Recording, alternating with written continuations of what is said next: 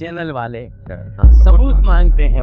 हम वीडियोग्राफी कर रहे हैं। धर्म का विषय आस्था और श्रद्धा का है, इससे ज्यादा सबूत हम नहीं दे सकते। असली ज्योतिर्लिंग कौन सा है? वैदिक सनातन धर्म लोप नहीं हुआ था, दब गया था। तो आओ अपन चले नर्मदा जी के तट पे, नर्मदा जी की बातें होंगी। तो गुरुजी, जैसे आपकी इच्छा थी, आपकी आज्ञा थी, यदि माई की चर्चा करना है, माँ नर्मदा की चर्चा करना है, तो नर्मदा के घाट पर ही चल के अपन चर्चा करें। नदी नहीं है, ये मूर्ति है। कितने संत अदृश्य रूप में नर्मदा जी के दोनों तटों पर बैठे हुए हैं, लेकिन हमारे पास वो ज्ञान चक्षु नहीं है। यदि उसके जीवन में बदलाव नहीं आया, नर्मदा जी का बखान कोई नहीं कर सकता। नरों के मद को हरने वाली हो वो नर्मदा। बहुत बढ़िया। देखिए अभी मेरे रोम खड़े हो गए। मार्बल का 84 खंबे का भव्य मंदिर बन रहा है, लेकिन हम लायक नहीं है उसके। माई का एक ऐसा है कि जिसको जैसा लगे, रीझ भजे या खींच, आप क्रोध में भजे, आप प्रेम में भजे, वो तो फल देगी। देखिए आवश्यकता ही आविष्कार की जननी है। एक संत हैं प्रदीप मिश्रा, प्रवचन कम करते हैं, टोटके ज्यादा बताते हैं कि बच्चा पास नहीं हो रहा हो तो ऐसा कर लीजिए। एक नाम है धीरेन्द्र शास्त्री जी का, जी पर्चे निकालते हैं, लोगों को भविष्य बताते हैं। बाबा जी हमें चमत्कार दिखाओ। तो धीरेन्द्र कृष्ण शास्त्री जो हैं, यदि चमत्कार दिखा देते हैं तो उनके पास कुछ है जो चमत्कार दिखा रहे हैं। एक गुरुजी का नाम बहुत फेमस हो रहा है, दादा गुरु के नाम से फेमस है। सब धुनी वाले दादाजी नहीं बन सकते। नमस्कार, समर संवाद के इस एपिसोड में आपका बहुत बहुत स्वागत है। मित्रों, जैसा कि आप जानते हैं, हमारी कोशिश, हमारा प्रयास हमेशा से इस बात का रहा है कि हम आपसे इस प्लेटफॉर्म के जरिए, इस पॉडकास्ट के माध्यम से ऐसे व्यक्तित्वों से आपकी मुलाकात कराएं जिन्होंने अपने क्षेत्र में उपलब्धियां हासिल की हों, जिनके काम से देश दुनिया में उनका नाम हुआ हो। आज नर्मदा जयंती के उपलक्ष्य में हम खंडवा जिले के ओंकारेश्वर में जिस स्थान पर, दिव्य स्थान पर बैठे हैं, ये जोड़ गणपति का मंदिर है और हमारे साथ मेहमान के रूप में मौजूद हैं सरदर्शन संत समाज के अध्यक्ष स्वामी मंगलदास जी महाराज। आपका बहुत बहुत स्वागत है। ये हमारा सौभाग्य कि आपने हमें मुलाकात का समय दिया। गुरुजी, केवल मन में कुछ जिज्ञासाएं हैं संत समाज के प्रति और ओंकारेश्वर के प्रति। ये जानना चाहते हैं कि जोड़ गणपति मंदिर का महत्व क्या है? ये मंदिर ओंकारेश्वर प्रवेश द्वार पे है। जब हम ओंकारेश्वर में प्रवेश करते हैं तो प्रवेश द्वार पे श्री जोड़ गणपति हनुमान मंदिर, हनुमान जी और गणेश जी की जोड़ है। और ये हनुमान जी और गणेश जी की जोड़ यहाँ क्यों है, इसका एक बहुत बड़ा कारण है कि ओंकारेश्वर प्रवेश द्वार पे हनुमान जी और गणेश जी दोनों विराजमान हैं।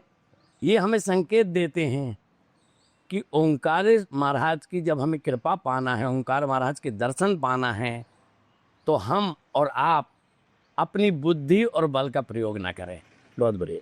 हम अपनी बुद्धि और बल को बाहर ही छोड़ के ओंकार महाराज के दर्शन करने को जाएं, तो हमें ओंकार महाराज की कृपा प्रसाद मिलेगी। जहाँ भी हम जाते हैं वहाँ ये होता है कि हम अपना दिमाग लगाते हैं, हम अपने बल का प्रयोग करते हैं और वहीं हम विफल हो जाते हैं। यदि हमें ओंकार महाराज की कृपा पाना है तो हम अपनी बुद्धि और बल का प्रयोग ना करें। निर्मल मंजन सोई मोहे पावा, मोहे कपट छल छिद्र ना भावा। इस तरह के मंदिर का कहीं और पूरे देश में उल्लेख नहीं मिलता, जैसा कि यहाँ पर स्थान है। पूरे भारतवर्ष में अभी वर्तमान में यदि कोई कर ले प्रतिष्ठा तो वो नहीं हम कह सकते, लेकिन पूरे भारतवर्ष में अनादिकाल से हनुमान जी और गणेश जी महाराज तो सिर्फ ओंकारेश्वर में विराज एक साथ जहाँ जी। ऐसा भी कहते हैं कि इस ओंकारेश्वर धाम में कोई वास्तु दोष था पुराना, बरसों पहले, शताब्दियों पहले, उसके तोड़ के रूप में इस भगवान की स्थापना यहाँ पर हुई थी। देखिए वास्तव में ओरिजिनलिटी क्या है, हम तो संत महात्माओं के मुंह से सुनते हैं। बराबर। तो संत महात्मा संतों के मुंह से इसलिए सुनते हैं, अनुभव गम भजे जेहि संता। बराबर। वो संतों का अनुभव है। हाँ। और उनने हमें बताया इस संसार को। हाँ। उनने अपना अनुभव बताया कि जब राजा मानधाता ने यहाँ तपस्या की थी, हाँ। जब ये ओम पर्वत नहीं था, अच्छा, सिर्फ कल कल नर्मदा माई बहती थी। हाँ। और राजा मानधाता ने तपस्या करके और जब भोले बाबा को प्रसन्न किया तो भोले बाबा ने उनसे वरदान मांगने का बोला, तो उन्होंने कहा आप ज्योतिष रूप में यहाँ विराजमान हो, हमसे तो आप प्रसन्न हैं, हाँ। लेकिन और आने वाली पीढ़ी को भी आपके दर्शन हो और आपकी कृपा मिले। तो यहाँ पाताल से एक पर्वत निकला। तो जब नर्मदा जी में पाताल से एक पर्वत निकला तो यहाँ की भौगोलिक रचना वो बिगड़ जाएगी। वास्तु के हिसाब से अपन देखें, पर्वत निकलने के कारण वो भूगोलिक जो संरचना है हाँ। वो उसमें दोष आ जाएगा। तो सही है। तो संत महात्माओं ने, ऋषि मुनियों ने उस वास्तु दोष को मिटाने के लिए इस ओंकारेश्वर क्षेत्र में जगह जगह हनुमान जी और गणेश जी की प्रतिष्ठा की। बराबर। मैं ओंकारेश्वर क्षेत्र में चारों दिशाओं में घुमा हूँ, पूरा पश्चिम उत्तर दक्षिण। मेरे को हर जगह हनुमान जी और गणेश जी मिले आमने सामने, लेकिन प्रवेश का द्वार एक ही है, एक ही प्रभु। तो ये प्रवेश का द्वार है जहाँ हम बैठे हैं। हाँ। यहाँ पे हनुमान जी और गणेश जी महाराज दोनों एक जगह। बराबर। मतलब प्राचीन समय से कहते हैं कि ये वो जगह है, यहाँ का दर्शन करे बिना यात्रा अपूर्ण मानी जाती है। जी, तो ये तो द्वार पे है ना। द्वार पे हमें यदि कहीं भी हम जाएंगे, किसी राजा के पास जाएंगे, तो राजा से हमें यदि मिलना है तो पहले द्वारपाल को तो हमें नमन करना ही पड़ेगा। तो जी हनुमान जी और गणेश जी महाराज ओंकारेश्वर के द्वारपाल हैं और यहाँ के अधिष्ठा देवता हैं। तो हम इन्हीं ढोक लगाएंगे, इनसे अनुमति लेंगे, फिर ओंकारेश्वर। उसके बाद ओंकारेश्वर की यात्रा पूर्ण होगी। और आपने ओंकारेश्वर में राजा मांधाता का जिक्र किया। यह भी किंवदंती है कि यहाँ पर 2 ज्योतिर्लिंग है, एक ओंकारेश्वर है और एक ममलेश्वर है। तो भक्तों में बड़ा वो रहता है कि असली ज्योतिर्लिंग कौन सा है? देखिए, असली और नकली नहीं होता। ये तो आपकी और हमारी मन की बात है। मतलब मूल रूप से कौन सा है? देखिए, ओंकारेश्वर जो हैं, राजा मानधाता की तपस्या से ओंकार महाराज प्रकट हुए। बराबर। राजा मानधाता की तपस्या से ओंकार महाराज प्रकट हुए। वो तो विराजमान है, वो प्रतिष्ठित नहीं है। अच्छा, वो स्वयंभू है। स्वयंभू है, राजा मानधाता की तपस्या से। हाँ। अब 12 ज्योतिर्लिंग के विषय में हमको किसने बताया? आदिगुरु शंकराचार्य जी ने। बराबर। 4 धाम के विषय में हमें आदिगुरु शंकराचार्य जी ने बताया। 52 शक्तिपीठ के विषय में हमें आदिगुरु शंकराचार्य जी ने बताया। हमें धर्म का बोध आदिगुरु शंकराचार्य जी ने कराया। बराबर। पहले जब एक समय ऐसा था कि बौद्ध मत चल रहा था, हाँ। और पूरे संसार में बौद्ध मत फैल गया था, हाँ। तो उस समय भोले बाबा ही आदिगुरु शंकराचार्य जी के रूप में आए। बराबर। और उन्होंने हमें बताया कि ये हमारे 4 धाम हैं, हाँ, ये हमारे 12 ज्योतिर्लिंग हैं, ये 52 शक्तिपीठ है, ये हमारी 7 पुरियां हैं, ये हमारे 7 समुद्र हैं। क्योंकि हमारा वैदिक सनातन धर्म दब गया था, लोप नहीं हुआ था, दब गया था, क्योंकि उस समय बौद्ध मत ज़्यादा चल रहा था। बराबर। तो आदिगुरु शंकराचार्य ने जब हमें बताया, तो ऐसी मान्यता है कि जब परिक्रमा करते हैं नर्मदा माई की, तो हम उस पार नहीं जा सकते। बराबर। जब तक परिक्रमा पूर्ण नहीं होती हम उस पार नहीं जा सकते। लेकिन परिक्रमा में जो लोग यहाँ आते हैं और आगे की परिक्रमा करना है, तो आदिगुरु शंकराचार्य जी ने भोले बाबा से प्रार्थना करके कि आपका ही स्वरूप हम यहाँ विराजमान कर रहे हैं, वहाँ अमलेश्वर, यहाँ ममलेश्वर। बराबर। तो यहाँ आदिगुरु शंकराचार्य जी ने, आदिगुरु शंकराचार्य जी द्वारा ये ममलेश्वर जी स्थापित हैं, और आदिगुरु शंकराचार्य जी ने हमको 12 ज्योतिर्लिंग के विषय में बताया। बराबर। तो जब तक हम ओंकारेश्वर और ममलेश्वर दोनों के दर्शन नहीं करेंगे, जब तक हमारा ज्योतिर्लिंग पूर्ण है। मतलब दोनों ज्योतिर्लिंग में एक ही मूल प्रतिमा है? एक ही है। एक ही है। जिस प्रकार से जल में लाइन पड़ने से जल अलग नहीं होता, बराबर, उसी प्रकार से ओंकारेश्वर और ममलेश्वर में कोई अंतर नहीं है। बराबर। और आप मूलतः मतलब गाडरवाड़ा से रिश्ता रखते हैं, यहाँ लगभग 2-3 दशकों से अपनी सेवाएं दे रहे हैं। गाडरवाड़ा की भूमि जो है वो संतों की भूमि है, सन्यासियों की भूमि है, उसके बारे में क्या कहें? देखिए, मेरा जन्म स्थान गाडरवाड़ा है, और गाडरवाड़ा नरसिंहपुर ज़िले में आता है, मध्य प्रदेश में।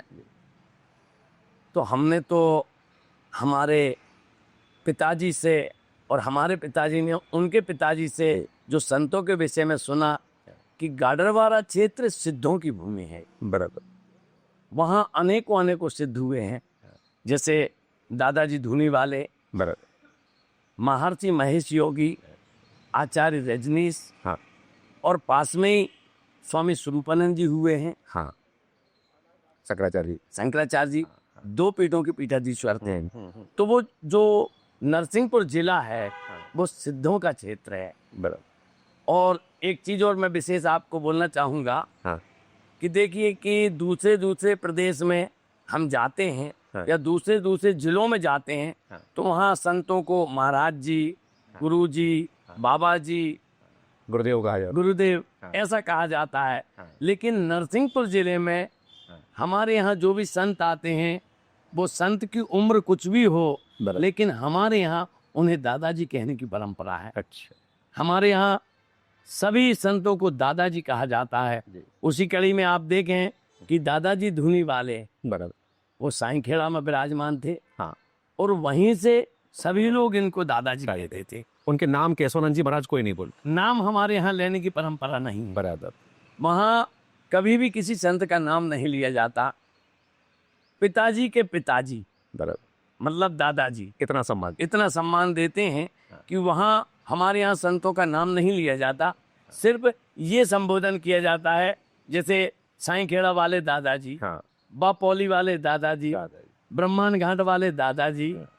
तो हमारे यहाँ सिर्फ उनके स्थान के साथ दादाजी बोला जाता है। बराबर, ये सम्मान का बहुत बड़ा प्रतीक है। ये अच्छा, ये भी है कि वहाँ पर नर्मदा जी नहीं कहा जाता, माई कहा जाता है। हाँ, माई कहा जाता है। हाँ। मैया कहा जाता है। नाम नहीं लेते हमारे, हमने कहा। हाँ। तो जब संतों का नाम नहीं लेते तो माई का नाम कैसे लेंगे? बराबर। दूसरा, मैंने जी देखा मेरी आंखों से हाँ। कि हमारे यहाँ पहले ब्रह्मांड घाट में जो पुल था, बराबर। तो उस पुल से पैदल परिक्रमावासी, पैदल यात्री हाँ। जब पुल को क्रॉस करते थे तो जूता चप्पल हाथ में रख ले। ओहो, कितने सम्मान का भाव। इतना सम्मान का भाव कि जूता चप्पल हाथ में रख ले। कि वो नर्मदा जी पार कर रहे हैं, नर्मदा जी पुल पे से पार कर रहे हैं। पुल पे से पार, तो भी यदि नाव में भी बैठेंगे तो जूता चप्पल उठा लेंगे। मैंने अपनी आंखों से देखा। के सम्मान। तो एक तो मेरे को पूरे मध्य प्रदेश में नरसिंहपुर जिला एक ऐसा, मेरे को, अब ये मत बोलना आप जन्मभूमि, वो मेरी जन्मभूमि है। जन्मभूमि तो सभी को प्यारी होती है। हाँ। लेकिन आज वर्तमान में मैं यहाँ ओंकारेश्वर में विराजमान हूँ। हाँ। 2 शब्द मैं अपनी तरफ से बोलना हाँ। चाहता हूँ कि हम संतों में एक बात कही गई है। तुलसीदास जी महाराज ने कहा है हाँ। कि तुलसी तहाँ न जाइए जहाँ जन्म को ठाव। अच्छा। तुलसी तहाँ न जाइए जहाँ जन्म को ठाव, गुण अवगुण देखे नहीं धरे पुरानो नाव। तुलसीदास जी मना करते हैं हाँ। कि संत को अपनी जन्मभूमि में नहीं जाना चाहिए। क्यों नहीं जाना चाहिए? क्योंकि वो आपके अभी के गुण नहीं देखेंगे, पुराने अवगुण देखेंगे बराबर ना। हाँ। पुराना नाम लेके बुलाएंगे। हाँ। एक जगह तुलसीदास जी ने ये बोल दिया। बराबर। अब एक जगह तुलसीदास जी महाराज बोलते हैं, तुलसी तहाँ जाइए जहाँ जन्म को ठाव। तुलसी तहाँ जाइए जहाँ जन्म को ठाव, खूंटा गाड़ पुजाइए चले गुरु को नाम। बराबर। तो मैंने ये महसूस किया हाँ। कि मैं अपने जन्म स्थान पर जाता हूँ हाँ। तो मेरे को इतना स्नेह मिलता है वहाँ पे। बराबर। मेरे को इतना स्नेह मिलता है, मेरा भी वहाँ कोई नाम नहीं लेता। मेरे को वहाँ पे या तो दादाजी बोलेंगे या त्यागी जी बोलेंगे। त्यागी जी बोले। आपके नाम के आगे मंगलदास त्यागी लिखा हुआ है। जी जी, ये उपमा है, ये पदवी है? ये नहीं, ये जो हमारी वैष्णव संप्रदाय के हैं, बराबर। हम वैष्णव संप्रदाय के महात्मा हैं। हाँ। तो हम लोग क्या है, अपने नाम के साथ त्यागी लिखते हैं, बैरागी लिखते हैं, हाँ। वैष्णव लिखते हैं। हाँ। तो हम लोग जो हैं 13 भाई त्यागी हैं वैष्णव संप्रदाय से। बराबर। तो जी, ओंकारेश्वर की बात है तो ओंकारेश्वर में कहते हैं कि भगवान शिव दिन भर चाहे जा रहे हैं, शयन के लिए ओंकारेश्वर विराजमान होते हैं और चौसर भी खेलते हैं। इस तरह का कोई अनुभव आपने कभी सुना हो किसी के श्रीमुख से, या कितना सच्ची? देखिए, एक चीज मैं आपको बताऊं, धर्म का विषय आस्था और श्रद्धा का है। बराबर। ये हमारी श्रद्धा है हाँ। कि ओंकार महाराज यहाँ पे रात्रि में विश्राम करते हैं। तो यहाँ पे परंपरा ये है कि रात्रि में 9:35 पे मंदिर मंगल हो जाता है। बराबर। 8:30 बजे आरती प्रारंभ होती है हाँ। और 9:35 पे 9:40 पे मंदिर जो है मंगल हो जाता है। लेकिन अभी कुछ भीड़ ज़्यादा होने के कारण, कुछ परिस्थितियों के कारण थोड़ा सा टाइम बढ़ा दिया गया है। तो यहाँ झूला लगता है और एक गादी लगती है। तो झूले पे भी, गादी पे चौपड़ बिछती है, पासे रखाते हैं और गादी पे भी।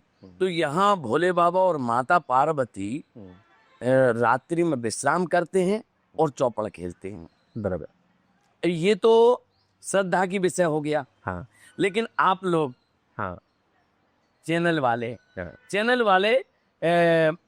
मत मानना, हाँ, सबूत मांगते हैं। बराबर। हाँ। ये तो है ना कि सबूत हो, हाँ। क्योंकि हम चैनल पे बात कर रहे हैं, हाँ। हम वीडियोग्राफी कर रहे हैं। बराबर। तो यहाँ पे कुछ समय पहले हाँ। एक चैनल वाले आए थे, हाँ। जिन्होंने ये सब सारी चीजें देखी और सुनकर वो यहाँ आए। तो चूंकि मंदिर में रात्रि में प्रवेश नहीं है, बराबर, तो वो मंदिर के जो काउंटर है वहां पे वो रात में बैठे और सबसे पहले पुजारी जब आए और उन्होंने ताला खोला तो चैनल वाले साथ में गए। हाँ। इसके पहले रात्रि में जब 9:40 को मंदिर मंगल होता है तो उस समय भी चैनल वाले गए। हाँ। और चैनल वालों ने जाके वहां पर वीडियोग्राफी की कि ये पासे रखे हुए हैं, ये गोटी रखी हुई है और ये गादी बिछी है, तो इसमें देखो गादी इस तरीके से बिछी। तो वीडियोग्राफी की तो रात्रि की वीडियोग्राफी उन्होंने रखी। फिर सुबह 5 बजे जब मंदिर खोलने पुजारी आए तो सबसे पहले उन्हें ताला खोलते हुए दिखाया और जब अंदर गए तो चैनल वाले अंदर गए। तो अभी की उनने वीडियोग्राफी की तो पासे जो हैं अलग अलग हैं, बिखरे हुए, गोटियां बिखरी पड़ी हुई हैं। और जो गादी लगी थी उस गादी में सिलवट पड़ी हुई है। तो इससे ज्यादा सबूत हम नहीं दे सकते। ठीक है। तो ये हमारी आस्था और श्रद्धा का विषय है। और भोले बाबा रहते ही आते हैं भोले बाबा। और इसके बाद चूंकि 9:40 पर मंदिर क्यों बंद होता है कि भोले बाबा यहाँ विश्राम करते हैं और 3 बजे यहाँ से उज्जैन जाते हैं। अच्छा। जो भस्म आरती होती है, भस्म आरती। तो मैं सभी से ये भी कहना चाहूंगा आपके माध्यम से कि उज्जैन की भस्म आरती का महत्व है और यहाँ ओंकारेश्वर की शयन आरती का महत्व है। बराबर। गुरुदेव, नर्मदा जयंती को लेकर के, नर्मदा जी के महामात्म्य को लेकर के आप क्या कहेंगे? देखिए, वास्तव में अभी हमने चर्चा आपसे की है जी हनुमान जी और गणेश जी की। हाँ। तो ये प्रवेश का द्वार है। हाँ। तो आओ अपन चले नर्मदा जी के तट पे, नर्मदा जी की बातें होंगी। तो के किनारे चलते हैं, माई किनारे चलते हैं। माई के किनारे चलते हैं। चलिए, ठीक। तो गुरुजी, जैसे आपकी इच्छा थी, आपकी आज्ञा थी, यदि माई की चर्चा करना है, माँ नर्मदा की चर्चा करना है, तो नर्मदा के घाट पर ही चल के अपन चर्चा करें। तो हम पूरे दर्शकों के साथ माँ नर्मदा के किनारे हैं। चर्चा का दौर फिर से वहीं से आरंभ करेंगे कि देश में कई नदियां हैं, गंगा है, जमुना है, सरस्वती जी है, और नर्मदा माई की ही परिक्रमा का विधान ऐसा बताया गया है, अन्य नदियों की परिक्रमा नहीं की जाती। ऐसा क्यों है? देखिए, भारतवर्ष में जितनी भी नदियां हैं वो सब पूजनीय हैं। और नर्मदा जी ही एक ऐसी हैं जिन्हें हम शिवपुत्री कहते हैं। तो ये संतों का मानना है कि माता को पुत्र और पिता को पुत्री अधिक प्रिय है। बराबर। तो शिव पुत्री होने के कारण नर्मदा जी को अनेकों सभी देवी देवताओं के वरदान मिले हुए हैं। बराबर।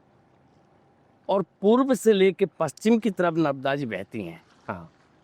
और नर्मदा जी का जब सभी देवी देवताओं के वरदान मिले हुए हैं और ये हमारे जीवन दायिनी हैं, और इन्हीं के तट पे हमें कहीं ना कहीं इनकी प्रदीक्षा इसलिए होती है कि हमें वैराग्य की प्राप्ति यदि करना है तो नर्मदा जी के किनारे आना पड़ेगा। बराबर।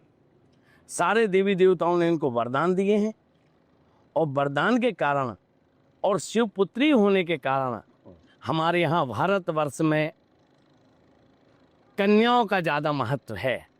कन्याओं का कन्या पूजन होता है, कन्या भोजन होता है। उसी क्रम में ये शिवपुत्री हैं, ये कन्या है, ये कुंवारी हैं, तो कुंवारी कन्या की पूजा और उसकी प्रदक्षिणा का महत्व है। इन्हें चीर कुंवारी भी कहा जाता है, इसका क्या महत्व है? चिर कुंवारी इसलिए कि जिसकी ये हमेशा बाल स्वरूप में है। जिस प्रकार से हमारे सप्त ऋषि हैं वो हमेशा बटुक रहते हैं, वो कभी बढ़ते नहीं हैं, और जिनका कभी अंत ना हो, इसलिए इन्हें चिर कुंवारी कहा जाता है। गुरु जी, ऐसा कहा जाता है गंगा नदी में स्नान से, यमुना के पान से, मगर नर्मदा के केवल स्नान से व्यक्ति को मोक्ष, दर्शन मात्र, हाँ, दर्शन मात्र से मोक्ष की प्राप्ति होती है। हाँ, तो ऐसी क्या ऊर्जा है माँ नर्मदा में? ये जो है, देखिए एक दृष्टांत सुनाता हूँ आपको। एक बार 88,000 ऋषि मुनि बैठे हुए हैं मार्कंडे जी के साथ, तो वो क्या दृश्य देखते हैं कि एक काली गाय आती है। हाँ। और काली गाय आके एक नदी बह रही है, उस नदी में स्नान करती है। और काली गाय जब नदी में स्नान करती है और जब निकलती है तो श्वेत ध्वल होकर निकलती है। तो जब ये नज़ारा, ये दृश्य ऋषियों ने देखा तो उन्होंने मार्कंडे जी से प्रश्न किया कि गुरुदेव, ये नदी कौन सी है, ये गाय कौन सी है, ये वृत्तांत हमें सुनाइए।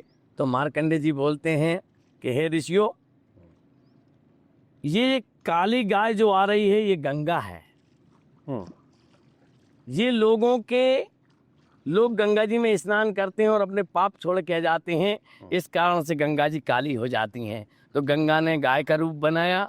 जब बहुत ज़्यादा पाप गंगा जी में हो गए एकत्रित, तो उनका स्वरूप काला हो गया। और ये शिवपुत्री हैं, इनको नर्मदा कहते हैं। ये जिसका कभी अंत ना हो, बराबर, और जो नरों के मद को हरने वाली हो, वो नर्मदा। बहुत बढ़िया। नर्मदा यानी नर के मद को हरने वाली, नर के मद को हरने वाली नर्मदा। क्या? तो ये शिवपुत्री है नर्मदा। तो गंगा जी गंगा सप्तमी के दिन एक दिन आती हैं और नर्मदा जी में स्नान करती हैं। तो गंगा जी में जो काला स्वरूप हो गया था गंगा जी का पापों के कारण, वो इसमें ध्वल हो जाता है। क्या बात। तो ये मैं इनका बखान तो कोई नहीं कर सकता, बराबर, नर्मदा जी का बखान कोई नहीं कर सकता कि इनमें क्या पावर है, क्या शक्ति है। हाँ। लेकिन एक छोटे से मुख से अपन क्या बोलें, हाँ। इनके दर्शन से ही हमारा जीवन धन्य हो जाता है, तर जाते हैं, हम तर जाते हैं। इसलिए अमरकंटक से लेके खंबात की खाड़ी तक नर्मदा जी ही एक ऐसी हैं जिनकी प्रदक्षिणा होती है। और मैंने संतों के मुंह से सुना कि क्षणिक वैराग्य सभी के जीवन में आता है। संसार ठीक नहीं है, बराबर, परिवार वाले ठीक नहीं है, हाँ, चलो रे भाई छोड़ो। हाँ, ये क्षणिक वैराग्य सभी के जीवन में आता है। लेकिन शाम को हमको जब विश्राम करना है, जब भोजन पाना है, तो घर वापस आना पड़ता है। तो ये क्षणिक वैराग्य जीवन का। यदि हमें पूर्ण वैराग्य पाना है, और ये विशेष बात जो है संतों के लिए कही गई है कि वैराग्य की प्राप्ति हमें कहाँ होगी, तो वैराग्य की प्राप्ति हमें नर्मदा के तट पर होगी। बराबर, जब हम नर्मदा के तट पर रहेंगे, जब हम नर्मदा की प्रदक्षिणा करेंगे, तो हमारे जीवन में पूर्ण वैराग्य जाएगा। और जब हमारे जीवन में पूर्ण वैराग्य आएगा तो त्याग आ जाएगा, और त्याग आया तो न्यास आ जाएगा। न्यास आ जाएगा। नर्मदा की परिक्रमा के विधान को लेके कहते हैं कि पूज्य संत थे कमल भारती जी महाराज, उन्होंने इसका विधान बनाया था। देखिए, प्रदक्षिण तो अनादिकाल से चल रही है, बराबर, लेकिन इस कलिकाल में जो हमको ज्ञात है, अनेकों ऋषि मुनियों ने प्रदक्षिणा की, लेकिन उस समय लिखित में कुछ नहीं था ऐसा। बराबर, प्रमाण। हाँ, लिखित प्रमाण। जैसे मार्कंडे जी ने प्रदक्षिणा की, तो मार्कंडे पुराण में लिखा हुआ है। इसके बाद हाँ, तो इसके बाद इस कलिकाल में कमल भारती जी महाराज आए और कमल भारती जी महाराज ने नर्मदा मैया की प्रदक्षिणा प्रारंभ की। और कमल भारती जी महाराज के साथ गौरी शंकर महाराज हुआ करते थे, अनेकों अनेकों संत हुआ करते थे। तो संत ही प्रदक्षिणा करते थे। संत प्रदक्षिणा क्यों करते हैं? कि संतों को वैराग्य की आवश्यकता है। बराबर। तो वैराग्य दायिनी नर्मदा है, तो नर्मदा जी के किनारे किनारे प्रदक्षिणा करते थे। तो कमल भारती जी महाराज का जब सब शरीर पूरा हुआ तो उनकी समाधि, जो अभी हमारे पीछे आप जो डैम देख रहे हैं, हाँ। डैम के वहाँ पर उनकी समाधि बनी हुई थी, बराबर। वो डैम में आ गई है। कमल भारती जी महाराज के बाद गौरी शंकर महाराज ने जमात का काम संभाला बराबर। और अनेकों साधु संतों के साथ, हजारों साधु संतों के साथ गौरी शंकर महाराज ने प्रदक्षिणा प्रारंभ की। और उनका पूरा जीवन जो है नर्मदा के किनारे ही कटा। कई चमत्कार उन्होंने दिखाए मां नर्मदा के किनारे। हाँ, ऐसा मालूम है सभी को। और गौरी शंकर महाराज ने अंग्रेज शासन के टाइम पे चमत्कार दिखाया। उन्हें हिंदुओं का पादरी कहा जाता था, हाँ, गॉड ऑफ हिंदू। ये जो वो जो अंग्रेज अफसर जो थे, हाँ। उन्होंने एक बार गौरी शंकर महाराज जी की परीक्षा ली बराबर। कि आप हजारों साधु संतों के साथ जमात को लेके चलते हैं तो क्या करते हैं आप?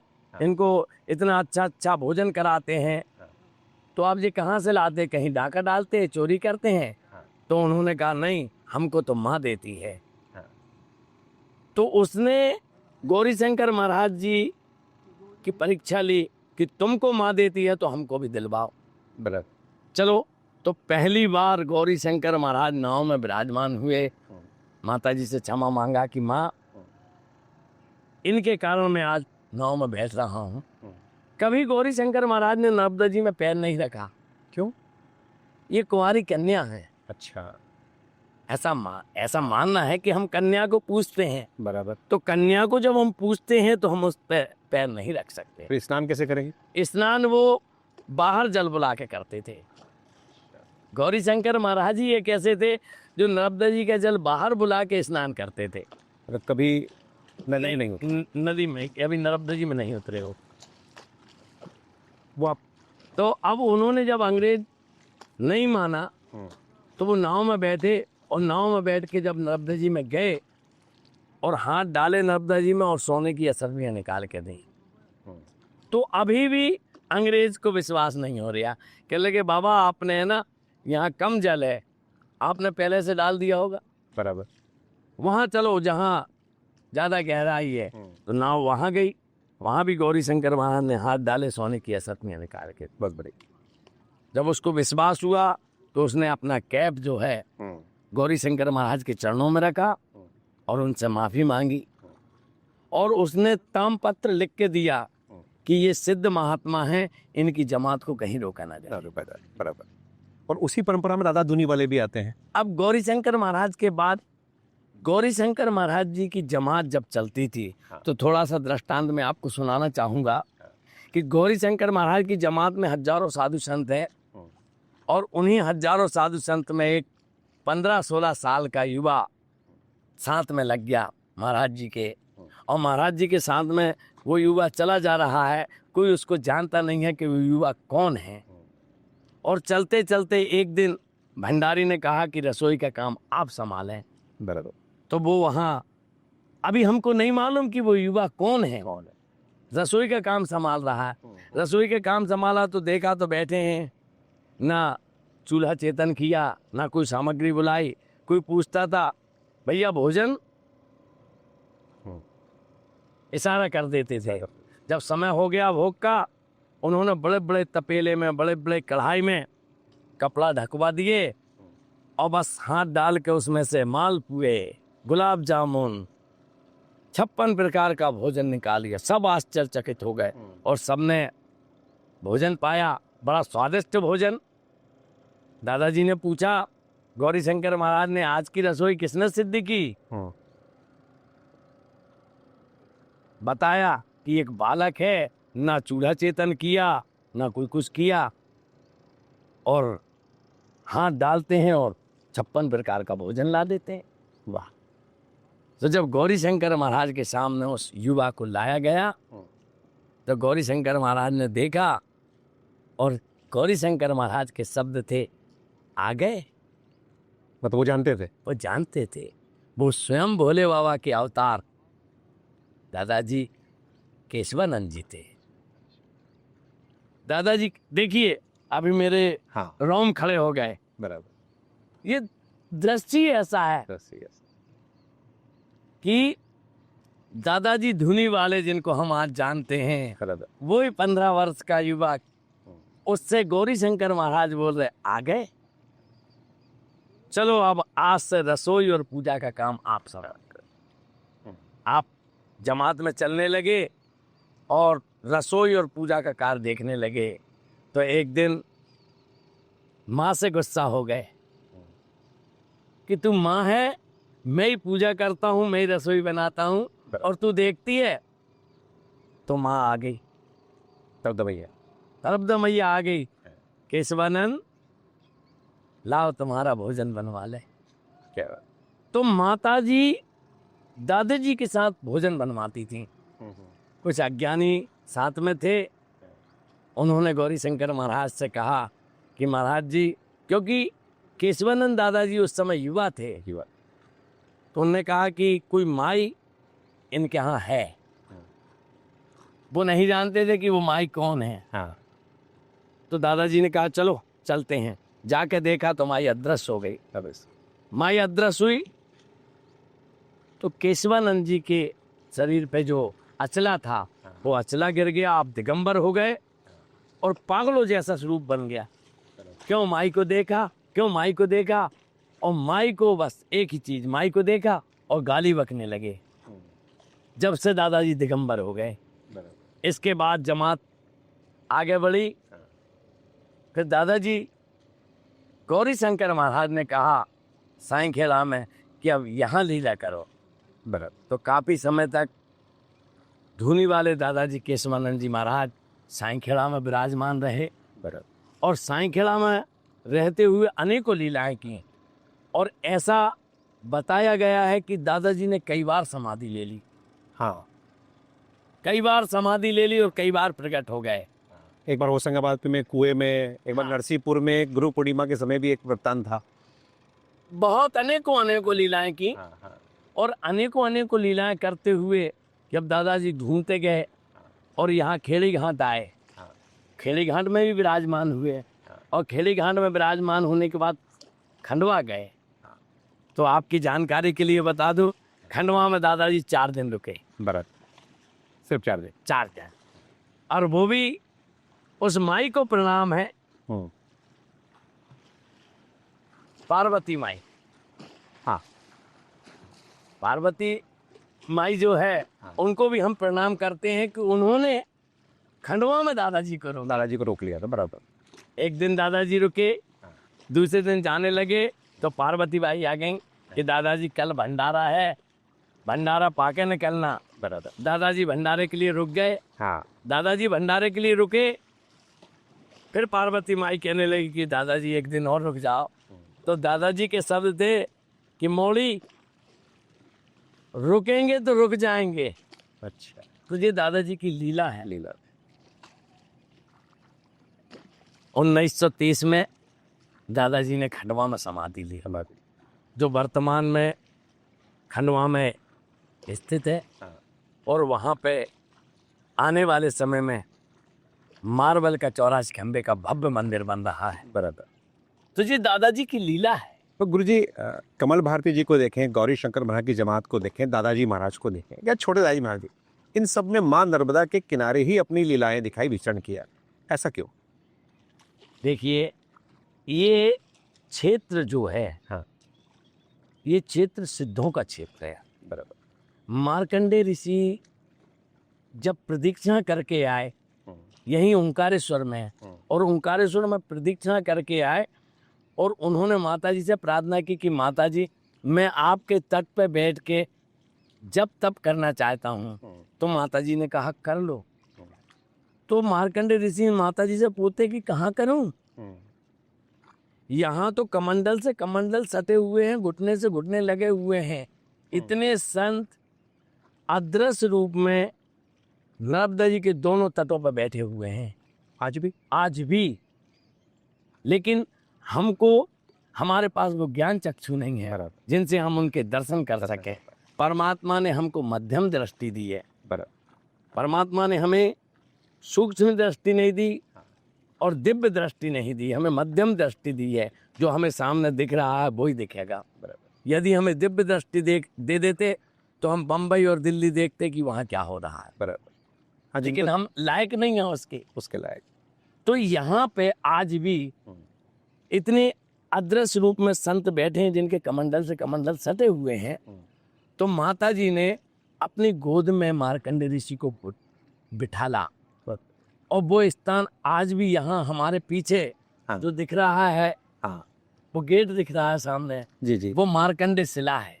अच्छा, वो मार्कंडेय शिला है कि माता जी ने मार्कंडेय ऋषि को अपनी गोद में बिठाला कि मार्कंडेय हमारी गोद में बैठ के जप तप करो।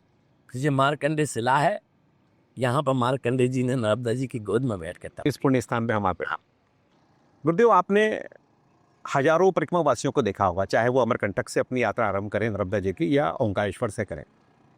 नर्मदा परिक्रमा पूर्ण करने के बाद, पदयात्रा करने के बाद जीवन में क्या बदलाव आता है? देखिए, ये मेरा अनुभव है जी कि नर्मदा प्रदक्षिणा जिसने एक बार की, यदि उसके जीवन में बदलाव नहीं आया तो फिर प्रदक्षिणा का क्या मतलब है। बराबर, हम जैसे थे वैसे ही रहेंगे। ये अनुभव की बात है। अनुभव गम भजे जही संता। हम यहाँ नर्मदा के तट पर बैठे हैं और जब नर्मदा की प्रदक्षिणा करते हैं तो हम में सम का भाव आ जाए। सम का, आप यदि ग्रस्त हैं और ग्रस्त परिक्रमा करता है तो वो सदग्रस्त बन जाता है। बराबर। और यदि संत जो है परिक्रमा करता है तो उसमें सम के भाव आ जाते हैं, उसमें द्वेष नहीं रहता, मेरा तेरा का भाव मिट जाता है। ये वो जगत जननी जगदम्बा है कि जिसके तट पे यदि हम रहते हैं तो देखिए, मैंने ये देखा कि हम और दूसरी यात्रा करेंगे तो हमें वहाँ पैसा की ज़रूरत पड़ेगी। बराबर, कि हमें पैसा तो लगेगा ही, हम कहीं की यात्रा करेंगे। लेकिन नर्मदा की यात्रा एक ऐसी है, नर्मदा परिक्रमा एक ऐसी है कि हमारे पास यदि कुछ भी नहीं है तो ये नर्मदा के तट पर कोई भूखा नहीं सो सकता। बिल्कुल सही है। इस पे ये भी बात आती है कि नर्मदा नदी को पार नहीं किया जाता जब यदि आप परिक्रमा करते हैं, इसके निषेध का कारण क्या है? देखिए, हम यदि किसी मंदिर की प्रदक्षिणा करें, हाँ, तो ऐसा तो नहीं कि हम आधी प्रदक्षिणा कर लें मंदिर की। मंदिर की तो हमें पूरी प्रदक्षिणा करना पड़ेगी।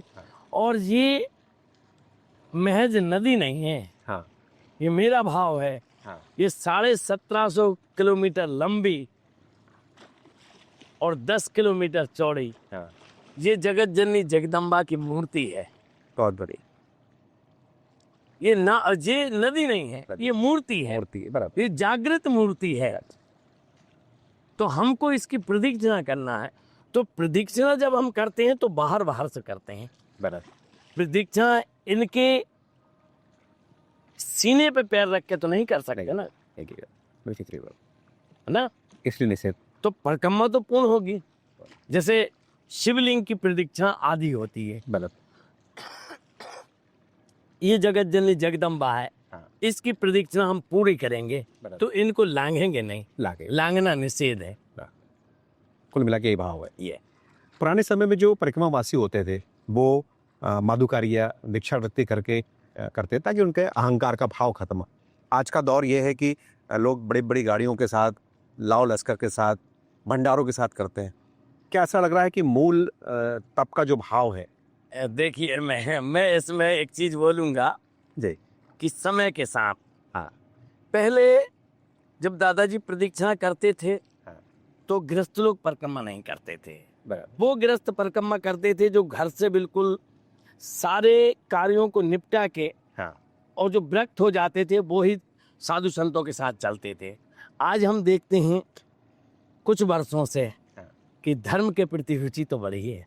युवा भी आ रहे हैं और धर्म के प्रति यदि भाव बढ़ा है तो सब संत तो नहीं बन सकते। बराबर, है ना, हाँ, वो अपनी आवश्यकताओं के हिसाब से, हाँ, हम किसी से लेंगे नहीं। और संत का भाव ऐसा था कि हमारा कुछ नहीं है, हमारा कुछ लेकिन आपको प्रदक्षिणा करके घर जाना है। तो मैं ये सोचता हूँ कि अग्नि का स्वभाव है जलाना। बराबर। हम जानबूझ के अग्नि को छुएं या अनजाने में छुएं, वो हमें चटका तो मारेगा। ऐसे ही ये माई है कि इसकी प्रदक्षिणा हम भाव में करें, कुभाव में करें, ये अपना फल देगी। ये तो फल देगी। वो फल देगी, उसका स्वभाव है फल देना। तो अभी होता ये है कि सब तो विरक्त नहीं हो सकते। और चलिए, आप गृहस्थ में हैं, आपका परिवार है, लेकिन आपको परिवार में से आपको 20 दिन 25 दिन मिलते हैं और 25 दिन आप माई की शरण में आ जाते हैं, तो आप भी धन हैं और आपका परिवार भी धन हो जाता है। अब हम जब देखेंगे, जब हमें टाइम मिलेगा, जब हम निकलेंगे, और ऐसे निकलते निकलते एक जीवन हमारा अंत हो जाता है। बराबर। तो धार्मिक कार्य जब समय मिले जब कर लो। आपका माई का एक ऐसा है कि जिसको जैसा लगे, रीझ भजे या खींच, आप क्रोध में भजे, आप प्रेम में भजे, वो तो भल देगी। क्या बात। कहते हैं कि नर्मदा माई के हर पत्थर में नर्मदेश्वर शिवलिंग है, इन्हें बिना प्राण प्रतिष्ठा के भी पूजा जाता है, इसका क्या महत्व? इसका एक विशेष महत्व ये है कि बाणासुर जो थे, बाणासुर भोले बाबा के अनन्य भक्त थे और उन्होंने 1.25 करोड़ शिवलिंग प्रतिष्ठित किए और भोले बाबा की पूजा करते थे। भोले बाबा की पूजा करते थे बाणासुर, और 1.25 करोड़ शिवलिंग की पूजा करते थे। भोले बाबा प्रसन्न हो गए और भोले बाबा ने बाणासुर से कहा कि बाणासुर कैलाश आ जाओ हमारे पास। तो बाणासुर कहने लगे, प्रभु हमने आपके 1.25 करोड़ शिवलिंग प्रतिष्ठित कर दिए हैं, अब इनको छोड़ के हम कैसे आए? तो भोले बाबा ने कहा कि इनको नर्मदा में छोड़ दो। कली काल में ये बाणलिंग के रूप में भक्तों को प्राप्त होंगे और भक्त बगैर प्रतिष्ठा के, क्योंकि प्रतिष्ठा तुमने कर दी है, बगैर प्रतिष्ठा के कली काल में अपने घर पे ले जाके पूजा करेंगे। तो नर्मदा के कंकड़ सब शिव शंकर। तो अमरकंटक से लेके खंबात की खाड़ी तक जो भी पत्थर है वो हमारे लिए सब शिवलिंग है। क्या बात। कहते हैं गुरु जी, आदि गुरु शंकराचार्य जी ने अपने कमंडल में नर्मदा जी को भर करके ओंकारेश्वर को बाढ़ से बचाया था। आज जब बांधों के कारण बाढ़ आती है, तो क्या हम ये मानने की भूल कर रहे हैं कि हमने नदियों को निमंत्रण कर लिया, नियंत्रित कर लिया है? देखिए, वो उस समय भगवत गोविंद पादाचार्य जी तप कर रहे थे। हाँ। और आदि गुरु शंकराचार्य जी ने देखा कि नर्मदा जी में बाढ़ आई है, यही वो स्थान है, ये वही स्थान है, तो उन्होंने अपने कमंडल में नर्मदा जी को समाहित कर लिया कि हमारे गुरु तप कर रहे हैं। हाँ। फिर भगवत गोविंद पादाचार्य जी ने कहा, शंकरा छोड़ के आओ, तो उन्होंने छोड़ दी। लेकिन आज हम देखिए, आवश्यकता ही आविष्कार की जननी है। हाँ। ऐसा बताया गया है कि घोर कलयुग आएगा जब गंगा, जमुना, सरस्वती सब विलुप्त हो जाएंगी। हाँ। उस समय भी नर्मदा जो है हमारे यज्ञोपवीत की धार जितनी रहेंगी, लेकिन रहेंगी। आप और हम कुछ भी कर लें, हम बांध के रूप में यदि नर्मदा को बांधने की कोशिश करते हैं तो ये हमारा अज्ञान है। अज्ञान, बराबर। सिर्फ हम अपनी आवश्यकता के लिए बांध बना रहे हैं कि बिजली बनेगी, लेकिन आप नर्मदा को बांध नहीं सकते।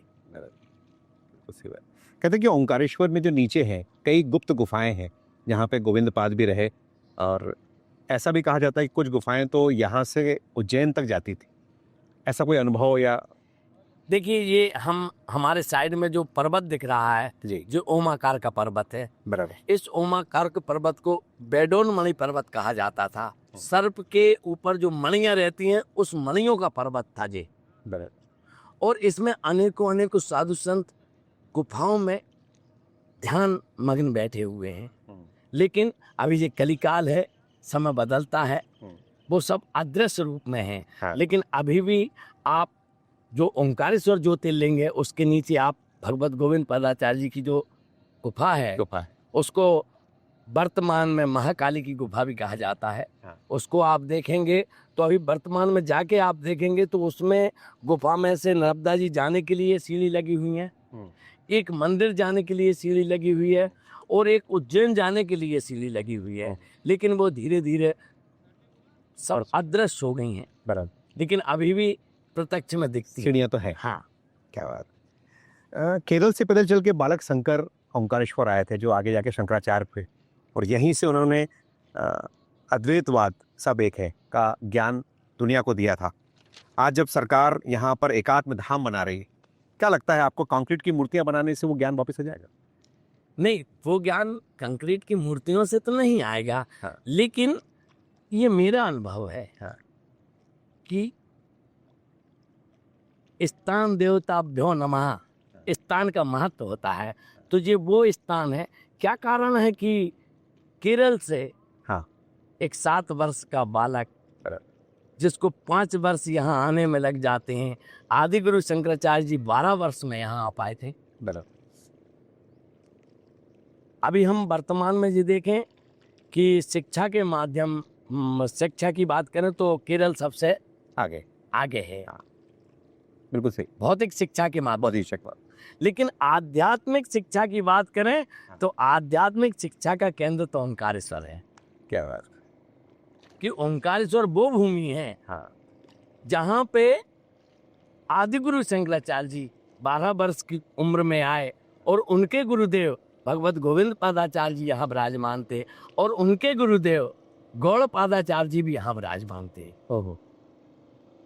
ये जिस स्थान पे हम और आप बैठे हैं, ये हमें लगता है कि ये कंकड़ पत्थर का स्थान है। नहीं, ये कंकड़ पत्थर का स्थान नहीं है, ये भोले बाबा का वो स्थान है।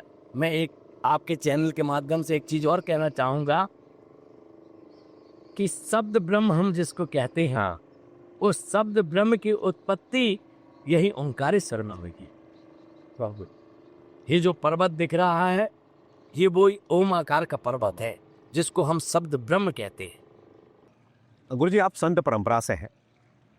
आज के दिन में कुछ जो चकाचौंध वाले संत हैं, उनके बारे में भी आके विचार जान जाऊंगा। मैं केवल उनके नाम बोलूंगा, विस्तार में, संक्षेप में, जैसा आप बोला जाए।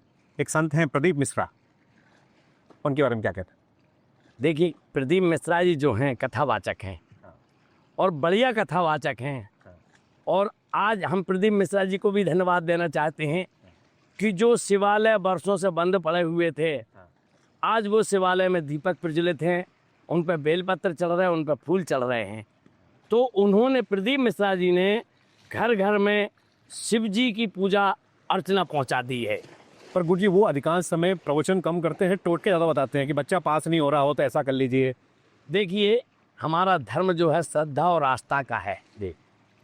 आपकी श्रद्धा है तो आप मानिए, आपकी श्रद्धा नहीं है तो आप मत मानिए। लेकिन एक चीज़ ये है कि उन्होंने शिव जी की पूजन तो बता दी है ना। बगला जो होता है, बगला सिर्फ ध्यान करता है और मछली को पकड़ता है, और हंस जो है दूध और पानी को मिला के रख दीजिए तो दूध पीता है। तो हमको आवश्यकता क्या है? बगला बन रही। हम बगला क्यों बने, हम हंस बने ना। एक नाम है धीरेन्द्र शास्त्री जी का। जी, पर्चे निकालते हैं, लोगों का भविष्य बताते हैं। आप कैसे विश्वास करेंगे? आप यहाँ बैठे हैं नर्मदा के तट पे जी, और मैं आपसे कहता हूँ कि हमें तो माई खिलाती है। तो तुम्हारा प्रश्न फट से हो जाएगा कि हमें भी खिलाओ। बराबर। तो इतने वर्षों से ना मैंने किसी की झाड़की की, ना मेरे पास प्रॉपर्टी है और ना मेरे पास कुछ भी चीज़ नहीं है। मैं तो सिर्फ माई के नाम से बैठा हुआ हूँ और इतने वर्षों से माई मेरे को भोजन करा रही किसी न किसी के माध्यम से। बराबर। तो मैं तो माई को माध्यम मानता हूँ कि खिलाने वाली मेरी माँ है। बराबर। ऐसे बैठ जाओ, माँ खिलाएगी आपको भी। लेकिन आपको भौतिकवाद चाहिए, आपको चमत्कार चाहिए। हम यदि आपका नाम बता देते हैं, आपके दादाजी का नाम बता देते हैं, आपके परदादा का नाम बता देते हैं, आप हमें सिद्ध समझ बैठते हैं। बराबर। तो आप इसी में प्रसन्न हैं। किसी ने अभी तक हमसे ये नहीं पूछा कि महाराज जी आपका भजन अच्छा होता है, महाराज जी आपकी पूजन अच्छी होती है। ये नहीं पूछेंगे, बाबा जी हमें चमत्कार दिखाओ। तो धीरेन्द्र कृष्ण शास्त्री जो हैं यदि चमत्कार दिखा देते हैं तो उनके पास कुछ है जो चमत्कार दिखा रहे हैं, और उस चमत्कार से यदि हमारी युवा पीढ़ी धर्म की ओर बढ़ रही है तो धीरेन्द्र कृष्ण शास्त्री भी धन्यवाद के पात्र हैं। एक गुरुजी का नाम बहुत फेमस हो रहा है, जो पिछले 6 साल से अन्न जल का त्याग कर रहे हैं और दादा गुरु के नाम से फेमस हैं, उनको लेके आप क्या कहेंगे? देखिए, ये तो 6 साल से निराहार हैं। हाँ। एक छत्तीसगढ़ में एक महात्मा बैठे हैं सत्यनारायण बाबा, वो 26 साल से बैठे हुए हैं।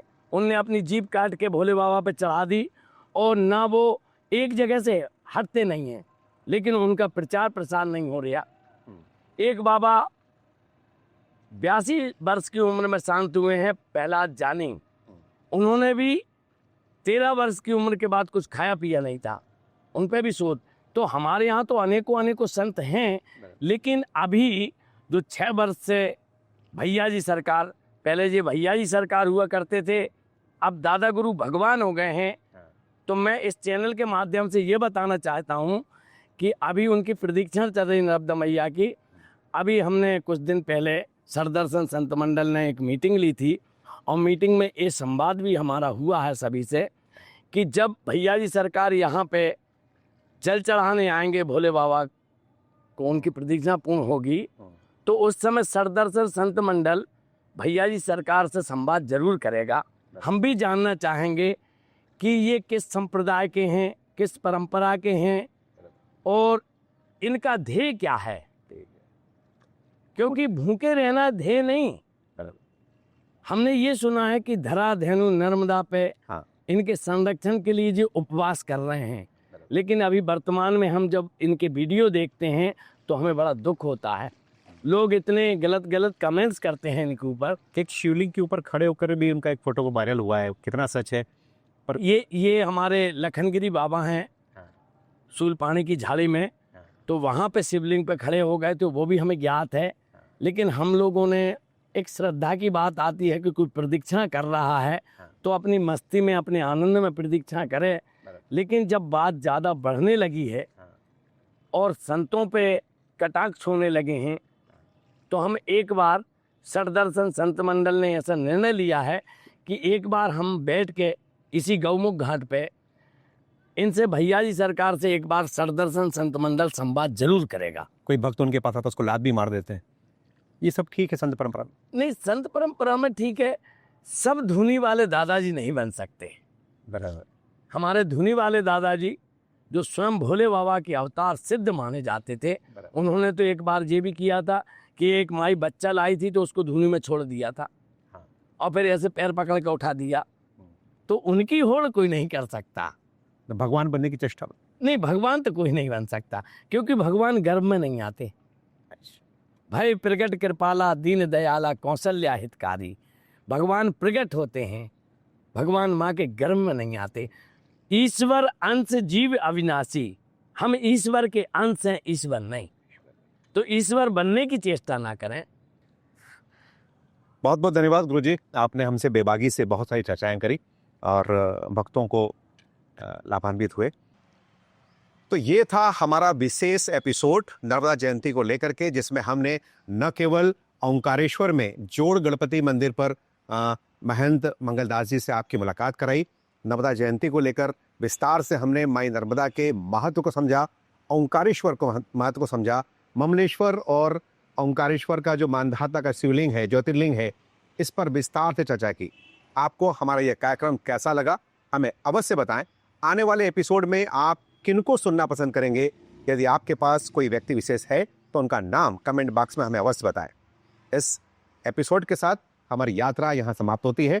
समर संवाद को आप शेयर करें, सब्सक्राइब करें। धन्यवाद।